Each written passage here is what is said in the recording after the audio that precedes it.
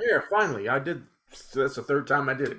That's all Okay. All right. Okay, so what I was talking about here is a way of using the same minor third and major third, but in two different positions. Basically, what I'm not really messing with the harmony at all, as I'm playing a lot of the same harmony. But what I'm doing is I'm using it as a tool to put my hand in a different position. Right, that's the Yeah. goal.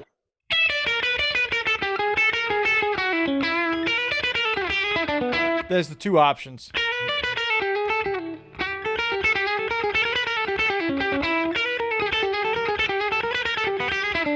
Right. Now to go up it.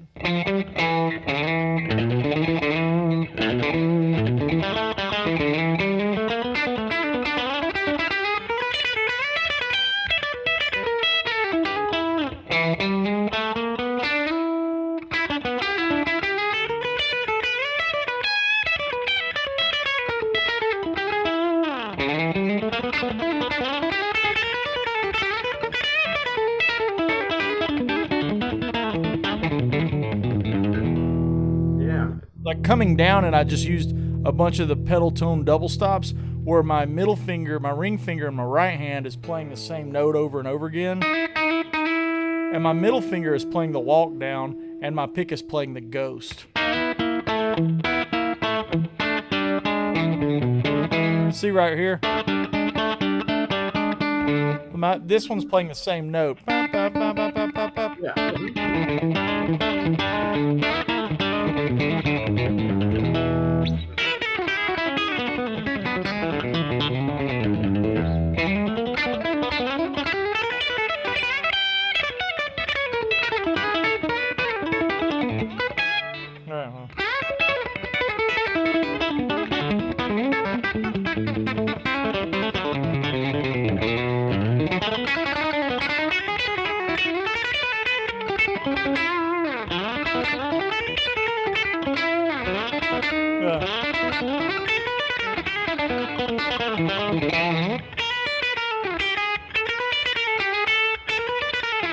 It's like the same thing. That's kind of a fun lick.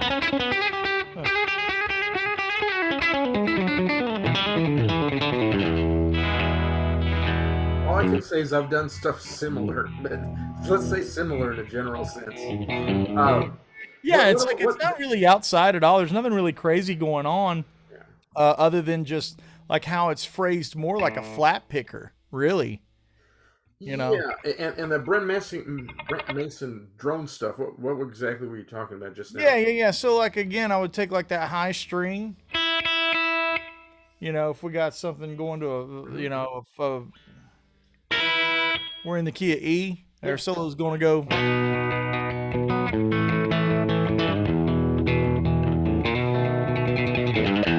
Right? 1, 2, 3, 4.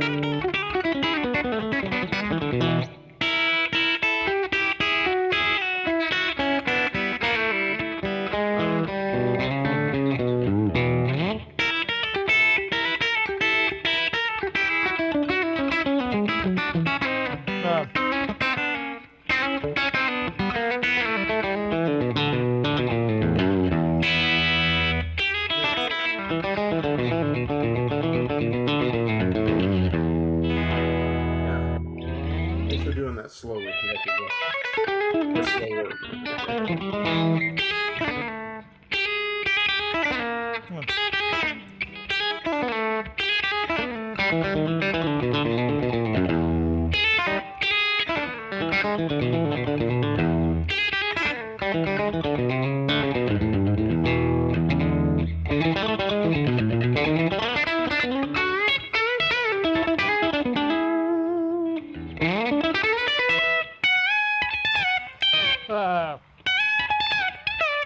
Yeah, it's kind of like that one out of that solo that you had there.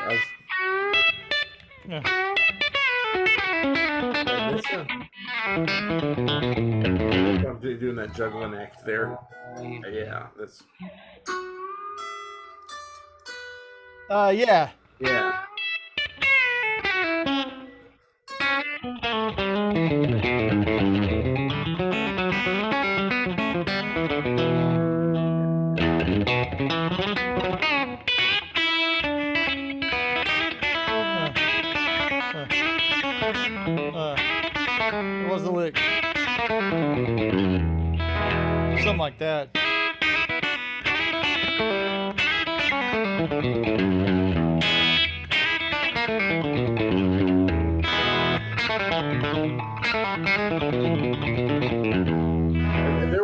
one A climb that I left off at the when you were.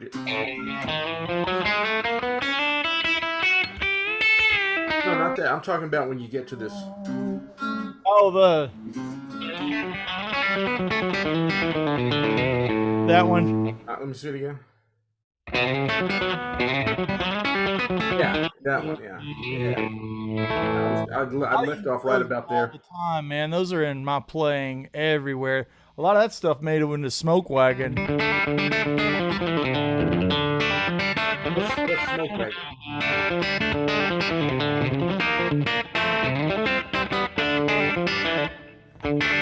Yeah.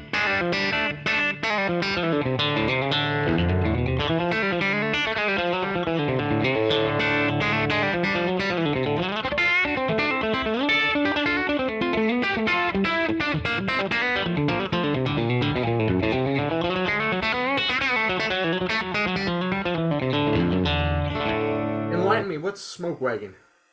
It's one of my tunes. Oh, okay. Which of your records you got it on? It's on Junktown. It goes Oh, it's like on this. Junktown. Okay, I got Junktown. Yeah, okay. I'll play just a second of it so you can hear it here. It's kind of got, you'll recognize a lot of that Brent stuff throughout it. It's got that same kind of vibe.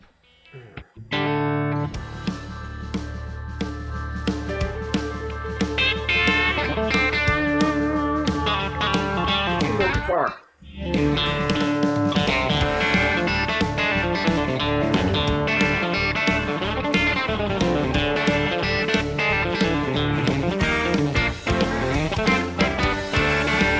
Lift up your neck.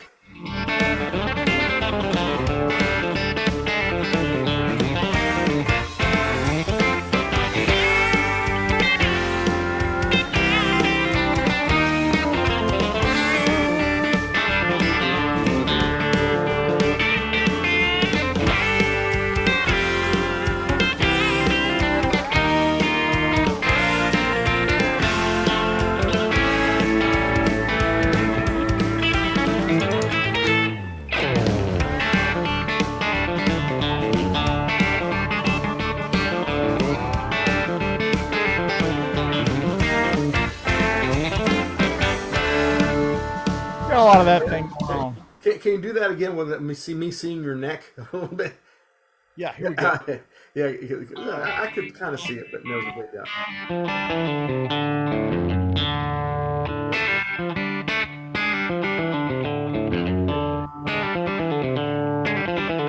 Like those little triplets are kind of fun.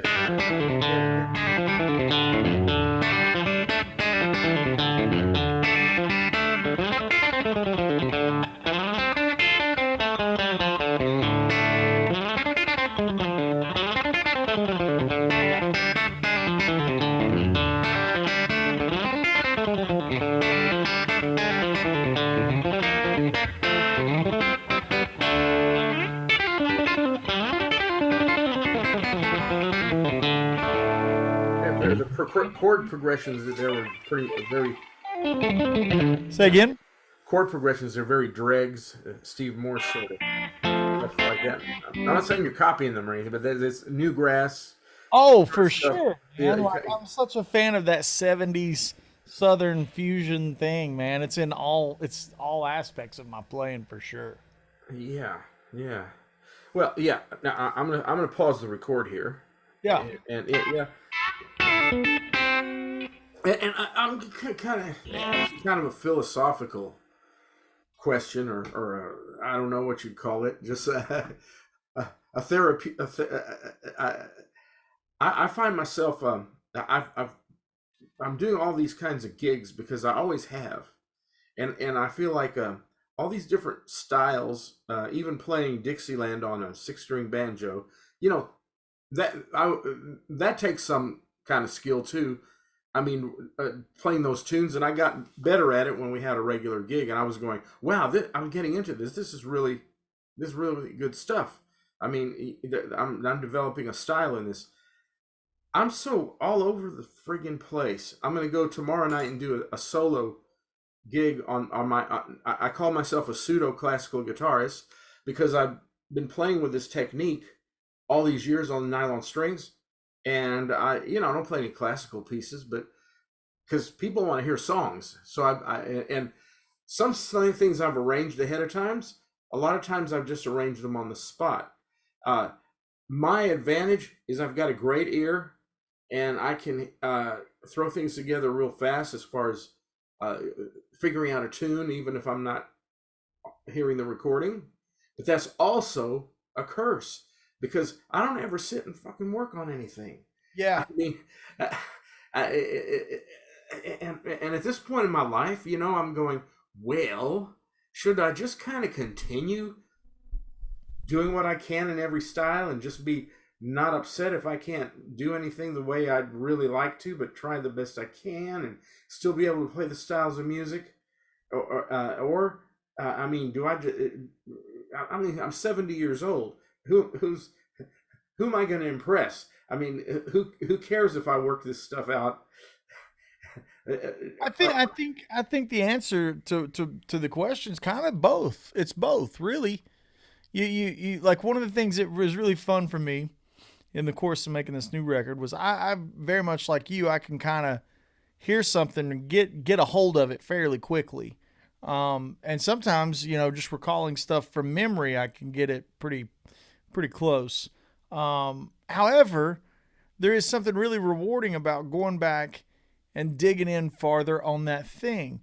Now, I'm not talking about spending weeks on something, but maybe taking one day and just being like last night we were talking about that Isley Brothers tune. I'm going to at some point this weekend. I'll be on the road and whatnot, and at some point I'm just going to put that on and just study some different chord voicings to work through that.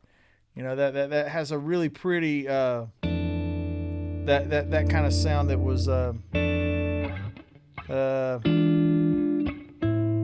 Oh yeah, you started to do that. Yeah,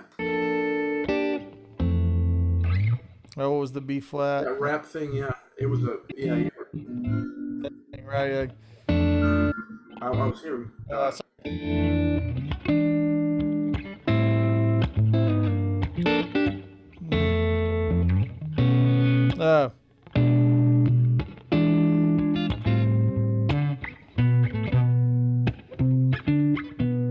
like I'm gonna go in and dig through that tune, that Between the Sheets tune, Okay. because it's got really pretty stuff, and I've never really tried to play it. I've always just heard it, and it's always just been the Biggie Smalls loop, that Oh Biggie used, yeah, sure. and I was like, man, I'm gonna get a better grip on that.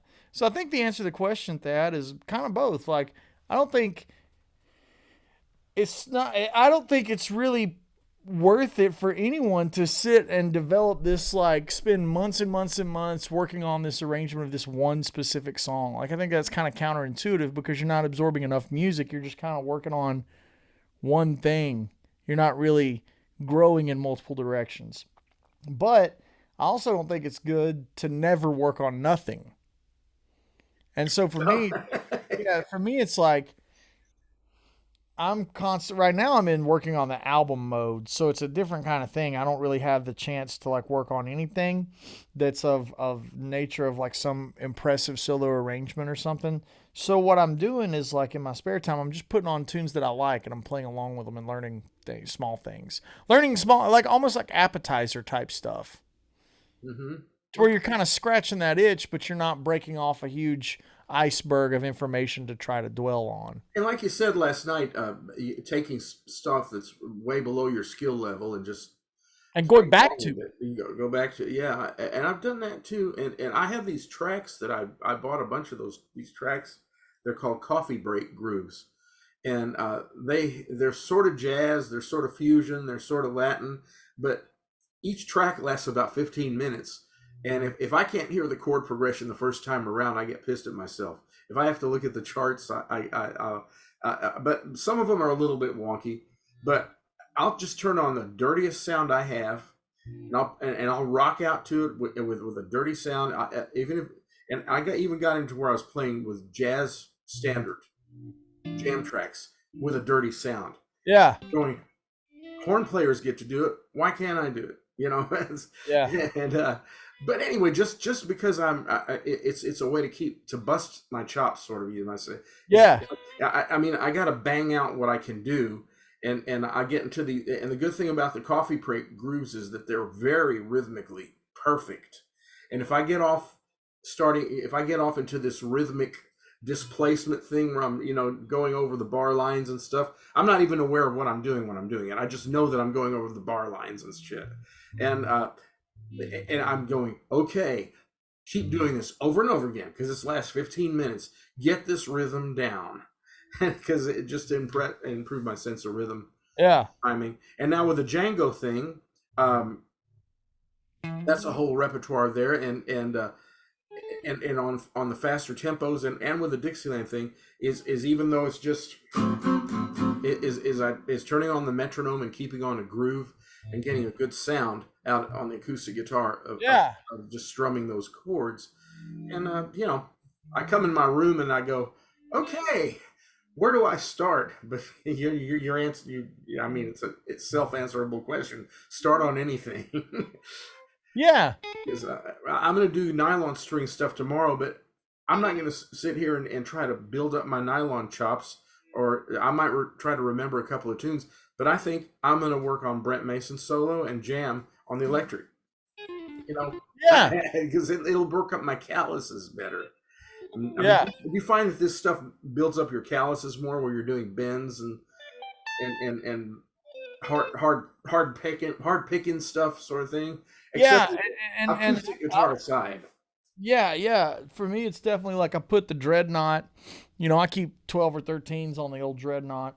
Oh So man. anytimes I need to work on the calluses and the dexterity, that's where I go. Definitely the bends can work on the calluses. But yeah, man, I think that's the vibe. But I guess if we ever had time, if I could sit and play with you, play along with you, or you could just really because I'm sitting here and it's like a performance because we can't play together. I know. I'm hoping that sooner rather than later, the bandwidth technology of jamming virtually is available. Yeah, I've jammed with some of my students, but the volume level thing is a real tricky thing to navigate. That's the thing, right? Yeah, but of course, I mean, I'm way down at this level of playing, but it's way above a lot of people that are out there that come to me for lessons. Oh man, It's absolutely. it's weird. It's kind of surreal because yeah, I have a good ear and I can pick up things like you said real fast. But when somebody like you or anybody else doing a YouTube video plays something, I lick wise, I can't really digest it exactly. I get frustrated. I can get a general idea, and I hate to think I got it and practice it not accurately, or maybe I should say, screw it.